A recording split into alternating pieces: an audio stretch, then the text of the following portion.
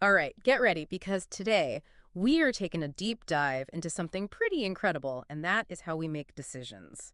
Have you ever felt like you were being totally logical when you made a choice, but then later realized your gut was actually running the show the whole time? Oh, it happens more often than you might think. We often believe we are these perfectly rational beings, but science is actually showing us a different picture. So, to understand this better, we need to go back in time a little bit, back to René Descartes and his famous I think, therefore I am. This idea really shaped the way people thought about themselves for centuries.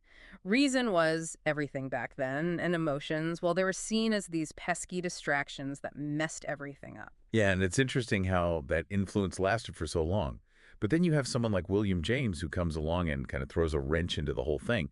This was a psychologist who proposed this radical idea that our body's reactions actually create emotions, not the other way around. Wait, hold on. So you're saying it's not that we cry because we're sad, but that we're sad because we cry? That's kind of mind-blowing. Exactly. It is a pretty big shift, right? And that is the core of the James Lange theory. It's like, imagine you're walking through the woods and suddenly you see a bear, your heart starts pounding, your palms get sweaty, and then you feel the fear. I see. So it's the physical response that comes first. Exactly. It triggers the emotion, not the other way around. Okay, so that's a pretty big shift from Descartes and his emphasis on pure reason. So where does this idea go next? Well, if we fast forward to the 20th century, we meet Antonio Damásio and his book, Descartes' Error. He basically drops a bomb on the whole idea that emotions are irrational. All right, now I am really intrigued. So tell me, what was Descartes' big error, according to Damasio? Well, Damasio, using a ton of scientific research, basically argues that emotions aren't just some sideshow to our rational minds. They're actually essential for us to be able to reason and make decisions. He even goes as far as to propose a new mantra.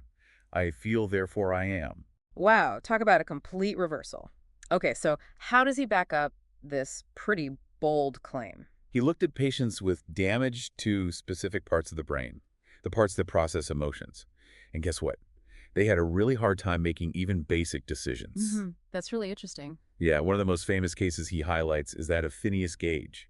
This was a railroad worker who had a really terrible brain injury where a metal rod went straight through his head. Oh yeah, I've heard of him. Didn't he miraculously survive that? He did. He survived, but the injury really changed him. Like his personality became very impulsive, unreliable, and struggled to make rational choices.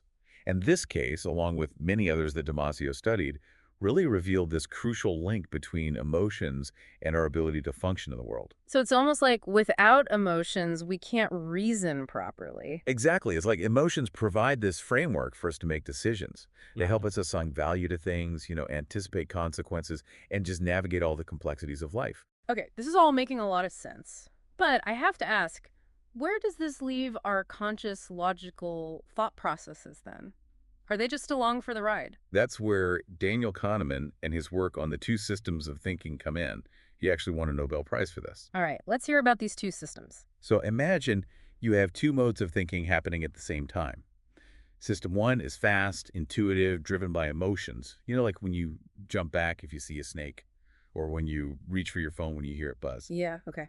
Then there's system two, the slower, more deliberate, analytical part of your brain.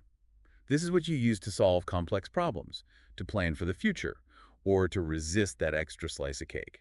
Okay, so it's kind of like a gut reaction versus really thinking something through carefully. Exactly. And Kahneman uses this great analogy of a funnel.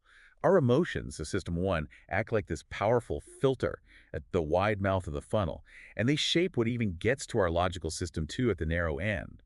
So it's like emotions make a pre-selection of choices before logic even gets involved. So we're not as rational as we like to think we are. Right, and one of the biggest findings from his research was that 95% of our decisions are actually driven by that system one, our emotional, intuitive self. 95%. So basically, we're running on autopilot most of the time, guided by our feelings way more than we realize. That's huge. It is huge, and it really challenges the way we see ourselves and how we make choices in every aspect of our lives. From what we buy to the relationships we form, emotions are playing a much bigger role than we may have ever imagined. Okay, I am already thinking I need to reevaluate some of my recent decisions, but knowing that emotions drive us is one thing. But how do we actually use this knowledge to make better choices? Okay, so we've learned that emotions really are the heavy hitters when it comes to making decisions. But how can we actually use this knowledge to make, smarter choices? Well, I think the first step is just becoming aware of how powerful emotions are, how much influence they have.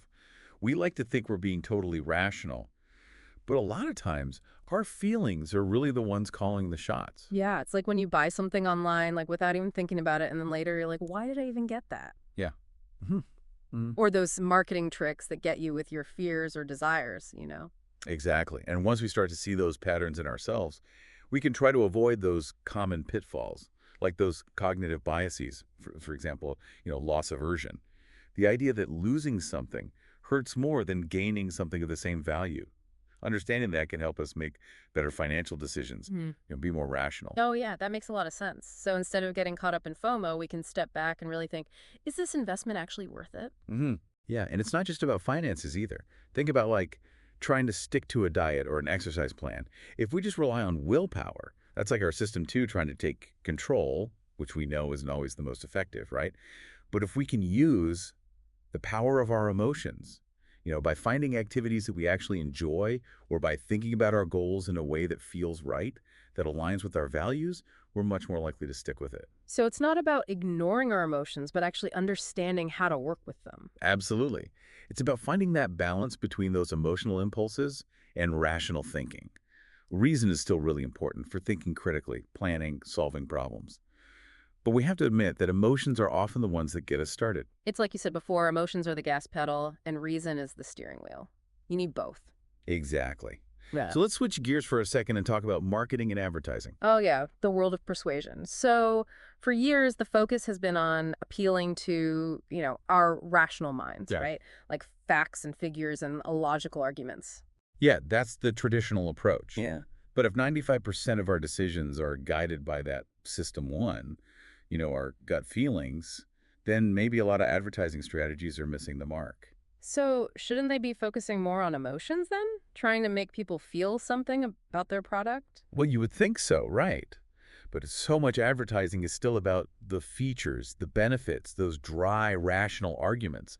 It's like the industry is stuck in that old way of thinking like we're all these perfectly rational beings when the evidence really shows otherwise. Or like they're trying to convince our system to when system one is the one really in charge. Exactly. And that kind of raises a big question. How effective can advertising really be if it's all aimed at that rational system too? That's a good question. I mean, if emotions are really the driving force behind our choices, shouldn't we be seeing a change in how products and services are marketed to us? It's an interesting thing to think about, right? We have all this evidence that emotions are so important, Yeah. but so much of our communication, in marketing, politics, even our personal relationships, it still relies on being rational, on logic. So what's the answer then? Should we just forget about logic and go for pure emotional manipulation? That doesn't sound right either. Of course not. It's not about getting rid of reason. It's about understanding those emotions and finding ways to include them in our communication, but, in a way that's real and ethical. Okay, so how do we actually do that? What would that look like? Well, think about some of those really memorable, effective advertising campaigns. They usually tell a story, evoke a feeling, or tap into something that we all want, something we aspire to. They're not just saying, here are the features. They're connecting with us on an emotional level. Like those feel-good commercials they always play around the holidays, the ones that make you want to buy whatever they're selling just to feel all warm and fuzzy. Exactly. Or think about social movements, how they use strong imagery and stories to get people to care. They appeal to our sense of fairness, our empathy, our desire for things to be better. They don't just give you facts, they inspire you, by appealing to your emotions. So it's not about picking one over the other, emotions over reason. It's about finding a way to speak to both our head and our heart. Yeah, to create a message that resonates on both those levels. And this goes way beyond advertising, Understanding emotions can help us make better decisions in our own lives too. So how do we actually do that? What are some tips for, getting better at that, tapping into this emotional intelligence? Well, we can start by just paying more attention to our gut feelings, not letting them control everything, but recognizing that they're giving us valuable information. And we can learn to see when our emotions might be clouding our judgment and learn how to make better, more conscious choices that align with our values, with what we want to achieve. This has been so interesting. We went from I think, therefore I am to I feel, therefore I am. And now we're talking about this whole dance between our emotions and our rational side. It's like we found this secret code to how our minds work. I hope so. And hopefully this deep dive has given you, the listener, a new understanding of how much power your emotions have in shaping how you think, the choices you make, and what you do. Definitely. But before we wrap up, I want to ask you something. You mentioned earlier that we make choices based on emotions without even realizing it. But what about the times when we know exactly what emotions are driving our decisions? Are those choices still good? Or should we be aiming for some kind of pure rationality, even though it might not even be possible?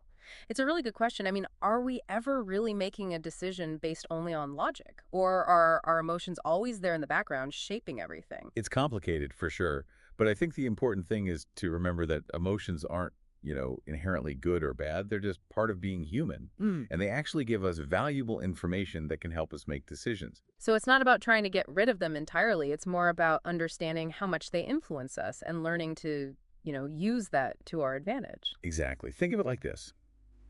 Emotions are like a compass. They can point us towards what we value, what motivates us, what makes us happy. But just like a compass, we have to learn how to read it, you know, and use it along with other tools like logic and reason to find our way. That's a good analogy. So instead of seeing emotions as these irrational things that mess up our decisions, we can see them as, giving us insights, giving us motivation. Exactly. And when we really embrace our emotions, we can make choices that aren't just more true to ourselves, but also more fulfilling. This has been such a fascinating conversation. I'm really starting to see how understanding all this, the connection between emotions and reason, can really change how we make decisions in every part of our lives. Absolutely. And I hope it's given you, the listener, some new tools and ideas to help you navigate this complex world of decision making. It definitely has. So, to wrap things up, what's one key takeaway you hope people will remember from today?